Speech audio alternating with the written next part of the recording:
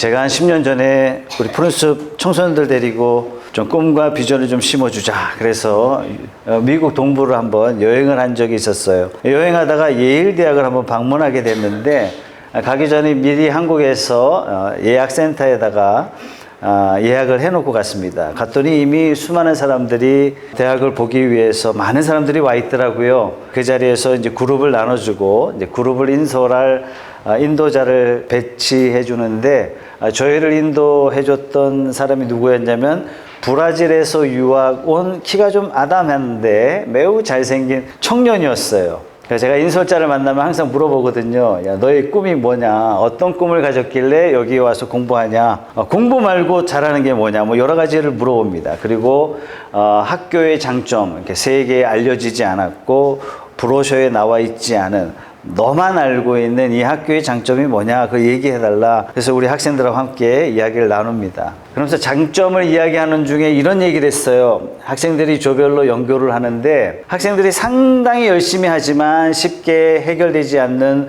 난제들을 자주 만난다는 얘기예요. 그럴 때 어떤 허름한 노인이 와가지고 뭐 쓰레기도 주워주고 학생들 간식도 사주기도 하고 학생들 상담도 해주기도 하고 그런데 그분이 대체적으로 옷이 남노하고 허름하다는 얘기예요.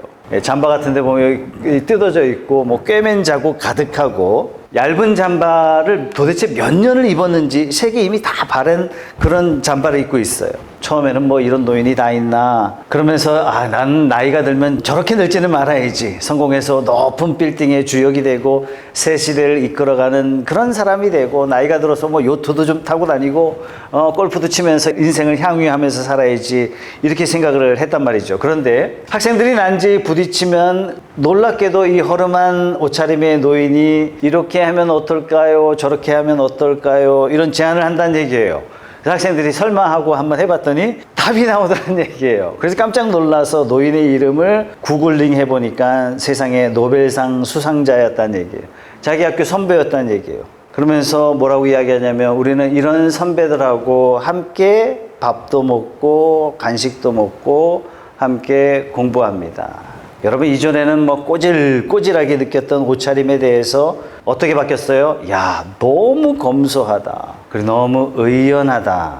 남이 나를 어떻게 생각하는가 전혀 아랑곳하지 않아요. 내가 필요한 곳이라면 휴지 줍는 일일지라도 강의실 정돈하는 일일지라도 후배들을 돕겠다는 이 허드렛 일, 옛날에는 이 허드렛 일처럼 가볍게 봤던 학생들의 시선이 겸손한 선배의 모습으로 다시 보이기 시작했습니다. 브라질 유학생이 저한테 이야기해 준 에피소드예요. 여러분 놀랍게도 많은 사람들이 좋은 것을 보고도 좋은지를 몰라요. 아름다운 것을 보고도 아름다움을 느끼지 못합니다. 큰 인물을 보고도 큰 인물로 깨닫지 못합니다. 역사의 거대한 변곡점 위에 우리가 서 있지만 그 변화를 느끼지를 못해요. 어떤 사람은 자기 인생에 거대한 위기가 직면했는데 이 위기의식이 없이 그저 어제 보냈던 것처럼 오늘을 보냅니다. 어떤 사람은 천운의 기회가 지금 당장 불어닥쳤는데도 불구하고 그 기회를 기회로 알아보지 못합니다. 그러고 보면 우리 인생이라는 게 정말 어리석은 것 같아요. 위대한 스승께서 이 세상에 오셨지만 어리석은 인간은 그 위대한 스승을 인식하지 못합니다. 우리 예수님이 그러셨죠. 주님의 위대하심과 주님의 크심은 상상을 초월합니다. 근데 우리가 그걸 볼 수가 없어요. 이걸 느낄 수가 없어요. 제가 말씀을 준비하면서 저의 초라함을 느낍니다. 주님의 높고 위대하심을 다 표현할 수가 없는 거예요. 주님의 높고 위대하심이 제 마음에 와닿지가 않아요. 제 마음이 작아서, 인격이 작아서 그 위대하심을 보고도 감격하지 못하는 거예요. 너무나 안타깝습니다. 주님의 크심에 대해서 설교한다는 것이, 말씀을 전한다는 것이 어쩌면 저 해운대 바다를 내가 말리겠다고 대야를 갖다 놓고 숟가락으로 바닷물을 퍼내고 있는 것과 똑같은 모습이에요. 오늘 사도 요한은 그 크신 우리 주님에 대해서 말씀하고 있습니다. 여러분 요한복음은요 사도 요한의 책이에요. 요한이라는 이름이 당시에는 매우 흔했던 이름입니다. 예수님께 세례했던 세례 요한도 이름이 요한이고 마가복음을 썼던 마가도 본래 이름이 요한입니다. 당시에는 로마 패권 시대였기 때문에 헬라 이름, 히브리 이름 두 개의 이름을 가지고 있었어요. 마가라는 이름은 헬라 이름이고 요한이라는 이름이 히브리 이름이었습니다. 오늘 요한복음은요, 세 개의 복음서가 쓰여진 다음에 한참 있다가 쓰여진 것이 요한복음입니다. 마태, 마가, 누가는 예수님이 부활하신 다음에 20-30년 지난 다음에 쓰여진 성경입니다. 반면에 요한복음은요, 예수님이 부활하신 다음에 60년이나 지난 다음에 쓰여진 마지막 성경책입니다. 요한은 예수님의 제자로서 예수님께 사랑을 많이 받은 제자였어요. 예수님의 제자 대부분이 젊은 시절에 순교당했지만 요한만큼은 100살 가까이 살았습니다. 요한의 제자들은 유명한 초대교회 지도자가 됩니다. 요한의 제자 폴리캅은요, 초대교회 훌륭한 지도자이면서 폴리캅의 또 제자 이레니우스는 초대교회의 훌륭한 지도자로 초대교회를 지켜내는 그런 거목이 됩니다. 요한이 처음 예수님을 만나서 따라다닐 때 예수님을 그저 그냥 선생님쯤으로 알았어요. 근데 2년쯤 지나자 예수님은 메시아구나 이렇게 알게 됩니다. 그런데 메시아가 나라를 구해야 하는데 아니 자기 스승 예수께서 정치범으로 몰려 십자가형으로 처참하게 돌아가시는 거예요. 여러분 이때 요한이 느꼈던 감정은 뭐였을까요? 깊은 좌절감, 깊은 상실감 아니었을까요? 그리고 자기가 고기잡이에서 예수님 쫓아다니는 그런 인생으로 본인이 각오도 하고 결단을 했는데 이런 자기 자신을 바라보면서 환멸을 느끼지 않았을까요? 요한은 예수님이 십자가형을 받자 다시 고기잡이 업으로 돌아갔습니다. 그러다가 부활하신 예수님을 만나서 예수님이 어떤 분인지 발견하게 됩니다. 우리가 그토록 기대했던 정치적 문제를 해결할 메시아가 아니라 내 영혼의 문제, 내 인생 본질의 문제를 해결하실 하나님의 아들이요, 예수님은 하나님이심을 깨닫게 됩니다. 요한의 이 깨달음은요, 시간이 가면 갈수록 점점 깊어져 갑니다. 예수님이 행하신 일들, 예수님이 우리에게 말씀해 주셨던 말씀들을 깊이 생각하면서 이것들의 의미를 시간이 가면 갈수록 더 깊이 깨닫게 돼요. 나와 함께 밥도 같이 잡수셨고 전도도 같이 하셨고 같이 삶을 나누셨고 심지어 잠자리까지 같이 하셨고 나에게 가까이서 늘 가르치셨던 이분이야말로 하나님이시구나. 이 깨달음과 감격으로 쓰여진 성경이 바로 요한복음입니다. 이 요한복음이 이렇게 시작하죠. 1절 말씀에 태초에 말씀이 계셨다. 그 말씀은 하나님과 함께 계셨다. 그 말씀은 하나님이셨다. 여러분, 말씀이라는 말이 나오는데 우리에게는 별로 좋아하는 그 단어가 아니죠. 말씀 그러면 막 어른들이 하는 잔소리, 꾸중 이 정도로 생각하는데 히브리 사람에게 말씀은요 굉장히 중요한 단어예요. 히브리 사람이나 헬라 사람에게 말씀, 로고스라는 이 단어는요 가슴에 확 꽂히는 그런 단어입니다. 히브리 사람들에게 말씀은요 창조예요. 말씀 그러면 언제나 창조를 연상합니다. 여러분 계속해서 여러분들에게 말씀드리죠. 일본 말과 히브리 말의 같은 이겁니다. 말씀이라는 단어는요 thing이라는 단어로도 해석이 됩니다. 말씀과 일, 말씀하면 그대로 이루시는 거예요. 창세기 1장 3절의 말씀에 이렇게 말씀하세요. 하나님이 말씀하시기를 빛이 생겨라 하시니 빛이 생겼다. 하나님께서 말씀하시면 그대로 되는 거예요. 그래서 하나님의 말씀은 곧 일인 거예요. 그래서 히브리 사람들에게 말씀 그러면요 곧 일로 되어진 일로 받아들이는 겁니다. 반면에 헬라 사람들에게 말씀은요 질서의 능력을 상징하는 게 로고스, 말씀이라는 단어입니다. 여러분 헬라 철학에 이런 말이 있어요. 우리가 같은 강에 두 번 들어갈 수가 없다. 왜요? 강물이 흐르니까 오늘 만난 너는 어제의 네가 아니다. 왜? 모든 것은 변화되고 있으니까. 모든 것이 변화되면 뭐가 있어요? 혼돈이 있어야 되는데 왜 혼돈이 오지 않느냐? 이런 혼돈을 잡아주는 게 뭐냐면 질서인데 이 질서의 역할을 누가 한다? 로고스, 말씀이 한다는 얘기예요. 요한은 하나님을 깊이 묵상하면서 예수님이 내가 삶을 함께 했던 그분이 인간으로 태어나기 전에 영원히 계셔서 천지를 창조하신 말씀이구나 뿐만 아니라 지금도 이 온 우주를 질서 있게 움직이시는 말씀이시구나.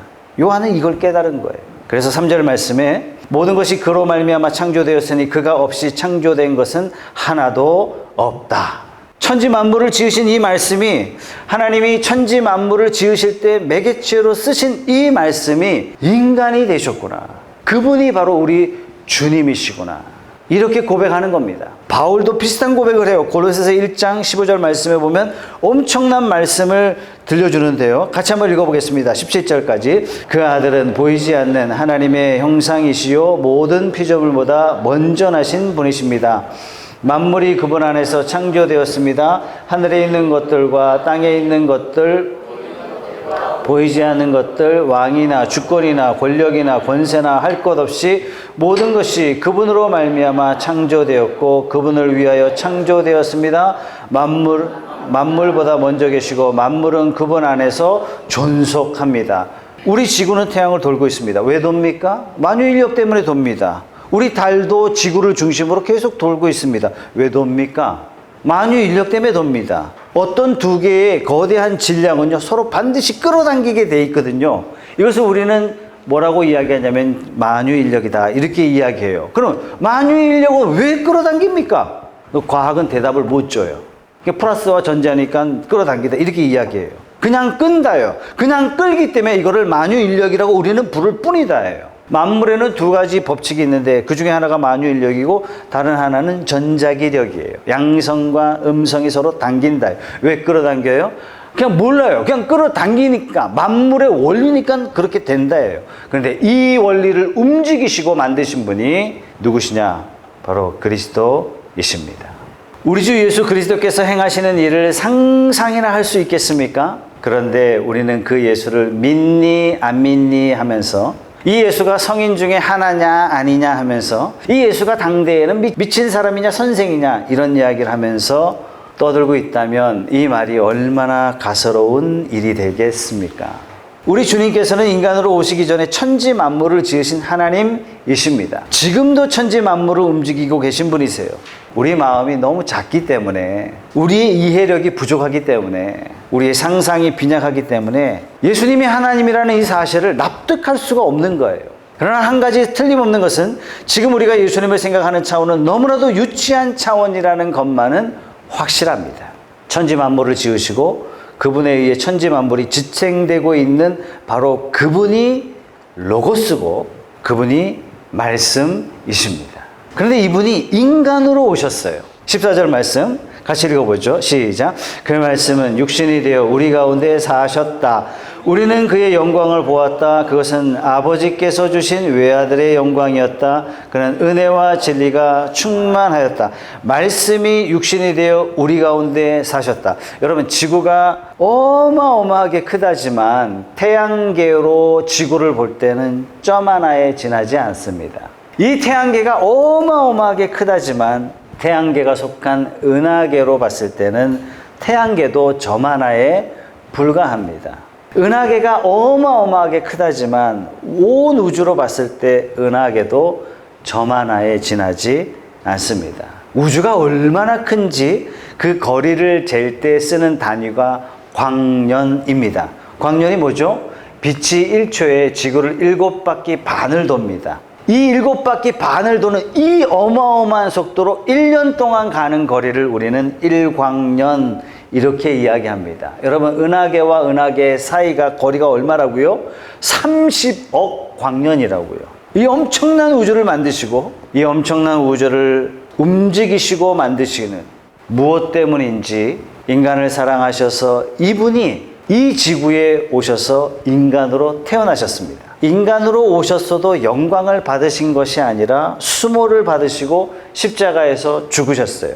예수님이 왜 오셨어요? 하나님 어떤 분이신지 우리에게 가르쳐 주시기 위해서 오셨습니다. 18절 말씀입니다. 일찍이 하나님을 본 사람은 아무도 없다. 아버지의 품속에 계신 외아들이신 하나님께서 하나님을 알려주셨다. 하나님을 본 사람이 아무도 없는 거예요. 출애굽기에 보면 모세가 아니 하나님 좀 보여주십시오.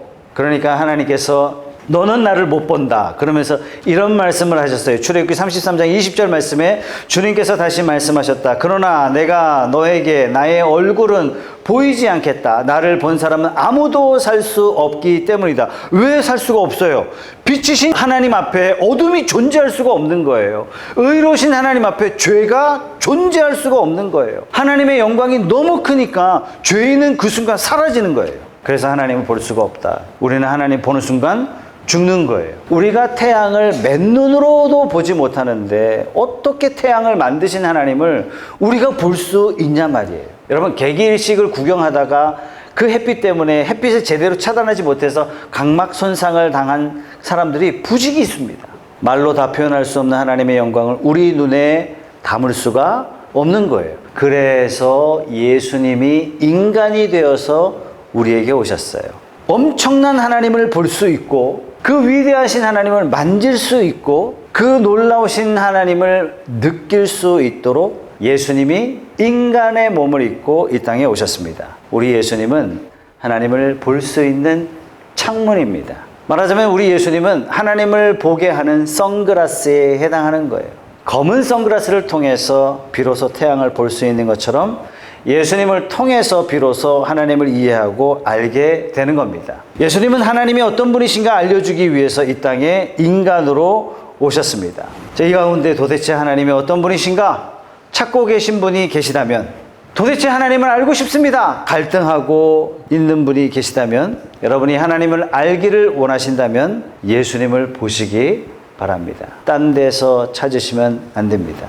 하나님은 우리가 이해할 수 있는 분도 아니고 이해된다 하더라도 말로 표현해낼 수 있는 그런 분이 아니십니다. 하나님을 알고 이해하고 느끼기를 원한다면 예수님에게 집중해야 됩니다.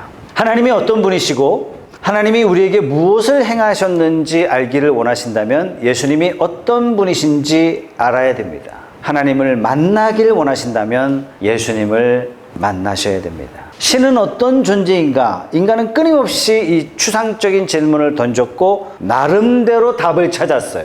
예수님을 통하지 않고 나름대로 답을 찾은 게 신은 없다.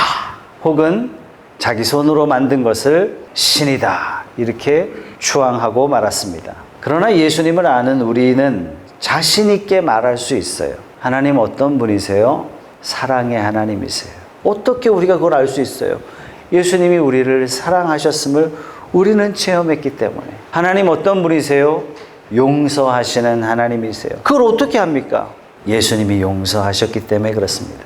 하나님은 우리를 푸시하는 분이 아니라, 우리를 강압적으로 안내하는 분이 아니라 늘 우리를 위해서 행하시는 분임을 우리는 어떻게 합니까? 예수님이 그러셨어요. 18절 말씀에 일찍이 하나님을 본 사람은 아무도 없다. 아버지 품속에 계신 외아들이신 하나님께서 하나님을 알려주셨다. 온 우주를 만드셨고 온 우주를 통치하시는 그 하나님을 보여주시기 위해서 예수님께서 말씀이 육신이 되어서 우리 가운데 나타나셨습니다. 이렇게 오신 주님을 세상은 어떻게 했어요? 핍박하고 결국 십자가에 매달아 죽였습니다. 여러분, 이 미미한 인간을 사랑하시기 위해서 오신 그 예수님에 대해서 감격은 못할 망정 배척하고 죽이려고 십자가에 매달고 말았습니다. 여러분, 우리 예수 믿는 성도는요, 이런 분이 인간으로 오셨다는 이 하나만으로도 사실은 감격해야 돼요. 내가 사람이라는 이 자체에 대해서 감격할 수밖에 없다는 거예요.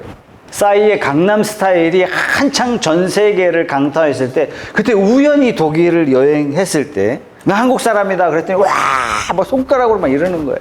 그 왜 그러냐 그랬더니 강남스타일 노래를 부르고 있는 거예요. 손흥민과 같은 민족이라는 이 사실, 그죠? 방탄소년단과 같은 민족이라는 이 사실, 이것 때문에 내가 한국 사람이다 이 자부심이 있지 않습니까? 그렇다면 온 우주를 만드시고 경영하시는 그 하나님이 바로 인간이 되셨다는 이 하나만으로, 내가 사람이라는 자체 그 하나만으로도 거대한 자부심을 느껴야 됩니다. 엄청난 말씀이, 엄청난 분이 인간으로 오셨다는 것에 대해서 우리는 인간으로서 자부심을 느껴야 됩니다. 인간으로 오신 예수님 때문에 내가 인간으로서 자부심을 느낄 뿐만 아니라 같은 시대에 태어났더라면 그 인간이 누릴 수 있는 최고의 기쁨과 영광 아니겠습니까? 나는 예수님과 동시대 사람이야. 그런데 어떻게 죽었으면 좋겠다. 어떻게 이런 말을 할 수 있냔 말이에요. 아, 내가 태어나지 않았더라면 더 좋았을 뻔했다. 어떻게 그럴 수 있습니까? 말씀이 인간이 되어 우리 가운데 오셔서 사셨습니다. 얼마나 우리 인간이 하나님 앞에 귀한가. 하나님께서 하나밖에 없는 아들을 인간으로 보내주셨습니다. 얼마나 인간을 사랑하셨으면 그러셨겠습니까? 그렇다면 예수님께서 인간으로 이 땅에 오셨을 때 인간은 감격했습니까? 인간은 환영했습니까? 인간은 기대했습니까? 10절 말씀입니다. 그는 세상에 계셨다. 세상이 그로 말미암아 생겨났는데도 세상은 그를 알아보지 못했다. 얼마나 비극입니까?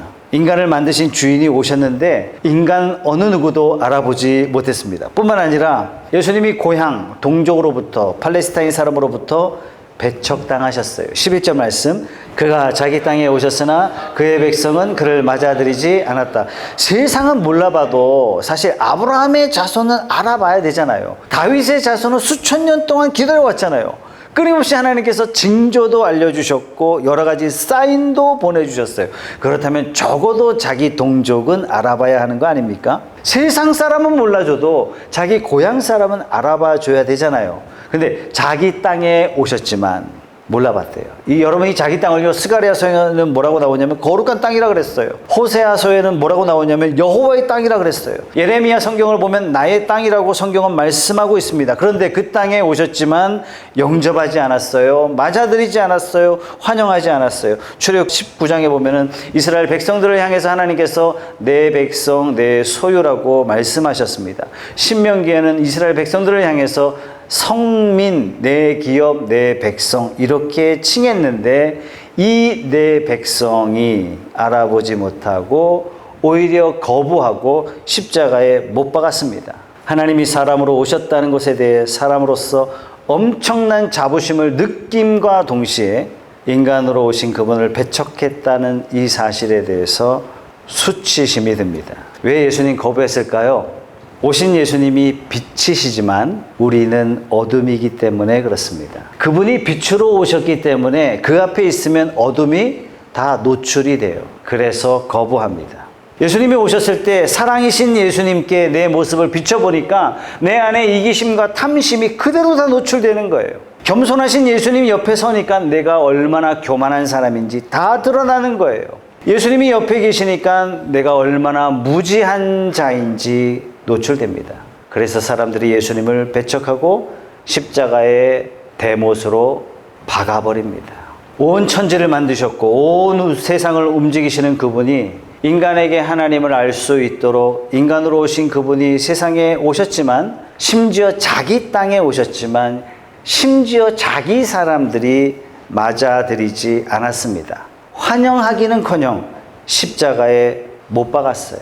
도둑놈이 도둑질 마음껏 하기 위해서 가로등을 다 깨버린 거예요. 우리는 빛이신 예수님이 오셨을 때 나의 어둠이 노출될까봐 빛 대신 예수님을 십자가에 박아버린 겁니다. 어둠이 빛이신 예수님을 십자가에 못 박았지만 십자가에 못 박은 사람들은 우리들입니다. 2000년 전에 태어나지 않은 거에 대해서 옛날에는 너무 아쉬워했는데 얼마나 감사한지 모릅니다. 제가 신앙이 어렸을 때는 나도 예수님 당시에 태어났더라면 이 바보들처럼 내가 안 믿었을 텐데 예수님 따라다니면서 기적도 체험해보고 예수님과 함께 능력의 말씀도 한번 체험해보고 이거 얼마나 좋아요. 얼마나 대단한 일입니까. 무리도 걸어보고 풍랑이는 바다에 경험도 한번 해보고 오늘날 우리가 신앙생활 한다는 게 정말 기적이 있는 것 같기도 하고 없는 것 같기도 하고 말씀이 능력이 있는 것 같기도 없는 것 같기도 하고 신앙이 생길랑 말랑하기도 하고 한번 믿어보려고 작정은 하는데 마땅한 사건은 내게 일어나지 않는 것 같기도 하고 야 그때 당시에 내가 태어났더라면 진짜 기가 막힌 신앙의 사람이 됐을 텐데 아니요. 지금 태어난 걸 우리는 감사해야 돼요. 저는 제 마음속에 부패를 압니다. 저는 제 마음속에 이기심이 어떤 건지 압니다. 제 마음속에 어둠을 압니다. 제 마음속에 교만을 알고 있습니다. 아마도 2000년 전에 예수님과 함께 제가 군중들 틈에 끼어 있었더라면 저 예수를 십자가에 못 박으라 이렇게 외쳤던 군중들 어느 누구보다도 큰 소리로 외쳤을 겁니다. 왜요? 나의 어둠이 드러날까 봐. 아직 예수를 영접하지 않은 분은 지금 예수를 십자가에 못 박고 있는 겁니다. 온 우주를 만드셨고 그 우주를 지탱하시는 분이 도대체 뭐 때문에 인간을 사랑하셔서 세상에 오셨고 하나님이 어떤 분이신지 우리에게 보여주시기 위해서 오셨고 십자가에 달려 돌아가실 때까지 자기 사람을 끝까지 사랑하셨는데 이것을 거부한다면 천벌을 받아 마땅한 거 아니겠습니까? 시간이 지났지만 지금도 예수님을 십자가에 못 박고 있는 사람과 똑같은 겁니다. 예수님이 십자가에 돌아가신 것은 우리 죄를 용서하기 위해서 돌아가셨습니다. 아직까지 우리 가운데 용서하지 못하는 분이 계시다면 그는 지금 예수님을 십자가에 못 박고 있다는 사실을 깨달으시기 바랍니다. 예수님은 죽으시기까지 용서하기 위해서 오셨는데 거기에 비해서 내가 받은 상처 때문에, 내가 받은 아픔 때문에, 이게 사실 따지고 보면 아무것도 아닌데 이걸 풀지 못하고 여전히 남 탓하고 있고 누군가 미워하고 있고 여전히 용서하지 못하고 있다면 지금 예수님을 십자가에 못 박고 있는 사람입니다. 천지 만물을 지으신 그 예수님이 이 조그만 땅에 인간으로 오셔서 우리에게 하나님의 사랑을 보이시면서 이렇게 살아다오라고 원하시는데 우리는 그 빛을 거부하고 예수를 계속 십자가에 못 박고 있는 거예요. 내가 만약에 하나님이라면 이 지구를 한순간에 가루로 만들고 말았을 텐데 하나님은 사랑이세요. 포기하지 않으세요. 기다려 주십니다. 이 인간들이 당신의 아들을 십자가에 못 박고 조롱까지 했는데 그럼에도 불구하고 그 예수님을 영접하는 사람이 그 자리에 있을까 하고 하나님은 찾아보셨고 그 사람에게 하나님의 자녀됨의 특권을 그 즉시 부여하십니다. 11절 말씀, 그가 자기 땅에 오셨으나 그의 백성은 그를 맞아들이지 않았다. 그러나 그를 맞아들인 사람들, 곧 그 이름을 믿는 사람들에게는 하나님의 자녀가 되는 특권을 주셨다. 여러분, 이 죄 많은 지구를 한순간에 먼지로 만들 수 있는 분이 하나님이시지만 하나님은 오래 참으셨어요. 주님을 맞아들이는 사람, 주님을 믿는 사람, 하나님의 자녀가 되는 특권을 주십니다. 온 우주를 만드신 그 하나님을, 온 우주를 경영하시는 그 하나님을 아버지로 부를 수 있는 자로, 특권을 누리는 자로 그냥 주시는 거예요. 왕의 아들과 딸로 살 수 있는 권세를 주시는 거예요. 영접하는 사람, 예수님의 이름을 믿는 사람에게 하나님은 주십니다. 여러분, 하나님의 자녀가 되는 조건은요, 딱 한 가지 조건입니다. 온 우주를 만드신 하나님의 사랑을 깊이 체험하고 누리느냐, 그러지 못하느냐, 이건 여러분에게 달려 있습니다. 예수님의 이름을 배척하고 무시하면 지옥 갑니다. 반면에 예수님의 이름을 믿으면, 예수님을 맞아들이면, 영접하면 하나님의 천국을 유산으로 누리게 돼요. 예수님의 이름을 배척하고 무시하면 멸망합니다. 그러나 예수님의 이름을 영접하면 빛으로 나아가게 됩니다.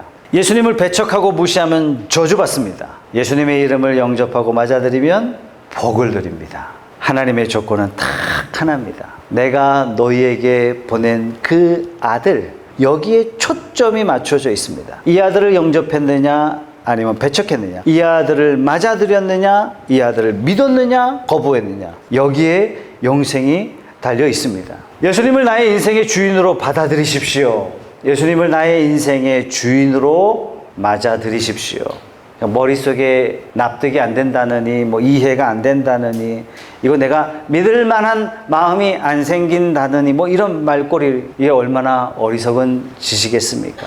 하나님 입장에서 이게 얼마나 가소로운 일이 되겠습니까? 예수님이 2000년 전에 오신 것도 역사적인 사실이고, 예수님이 2000년 전에 십자가에 죽으신 것도 역사적인 사실이고, 예수님이 부활하신 것도 역사적인 사실 아닙니까? 예수님을 주님으로 영접하시는 저와 여러분들이 다 되시길 주님의 이름으로 축복합니다. 하나님의 구원의 초청을 거부하지 마십시오. 예수님을 거부하는 것은 천지의 주인이신 하나님을 거부하는 것과 같은 것입니다. 예수님을 거부하는 것은 온 세상을 움직이시는, 온 세상을 경영하시는 그 하나님을 거부하는 것과 같은 것입니다. 거부하는 자는 지금도 예수님을 십자가에 못 박고 있는 것입니다. 13절 말씀, 이들은 혈통에서나 육종에서나 사람의 뜻에서 나지 아니하고 하나님에게서 났다.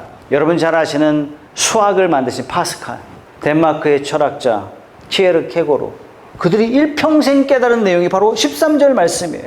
하나님의 자녀가 되는 것은 혈통으로 육종으로 사람의 뜻으로 되는 것이 아닌 겁니다. 오직 예수님의 이름을 맞아들인 사람, 영접한 사람. 어떤 분은 모태신앙이라고 이야기해요. 그러나 예수님을 영접한 적이 단 한 번도 없다면 그 사람은 가짜입니다. 지옥에서 깨어날 거예요. 부모의 신앙이 나와 전혀 상관이 없습니다. 어머니가 신앙이 아주 좋다고, 믿음이 아주 좋다고, 교회를 100개나 세웠다고, 그런들 내가 예수님을 영접하지 않았다면 나는 지옥에서 깨어날 겁니다. 혈통으로 되는 것이 아닙니다. 내가 그 예수님을 맞아들여야만 되는 것입니다. 두 번째, 육정으로 되는 것이 아니다라고 말씀합니다. 육정이 뭡니까? 인간의 노력이에요. 노력으로 될 수 없는 겁니다. 100점 만점에 60점이 합격인데 어떤 사람이 19점 맞았고 어떤 사람은 옆에 있는 사람은 22점 맞았어요. 22점짜리가 19점짜리 보고 하는 말이 아이고 나는 너보다 머리가 똑똑해. 이게 말이 됩니까? 이게 얼마나 우스꽝스럽습니까? 우리가 이러고 있는 거예요. 60점이 안 되면 다 떨어지는 겁니다. 아유 그래도 내 예수 안 믿는 사람보다 낫지 뭐. 아무 의미 없는 말입니다. 예수님 영접해야 됩니다. 여러분 몇 점이 되어야 천국 갈 수 있습니까? 100점 만점에 100점 되어야 천국 갈 수 있습니다. 우리 인간의 노력으로 안 돼요. 인간의 육정으로 안 돼요. 50점 받기도 힘듭니다.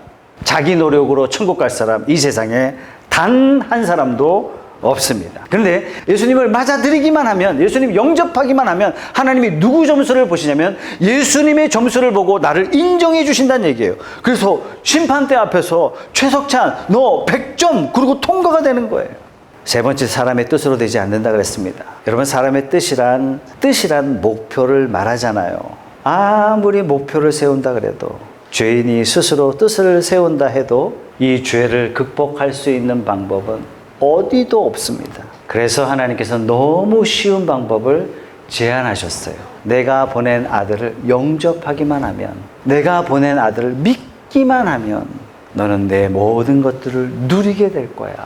오늘 이 자리에 아직 예수님을 영접하지 않은 분이 계시다면 이 순간 예수님을 받아들이시기 바랍니다.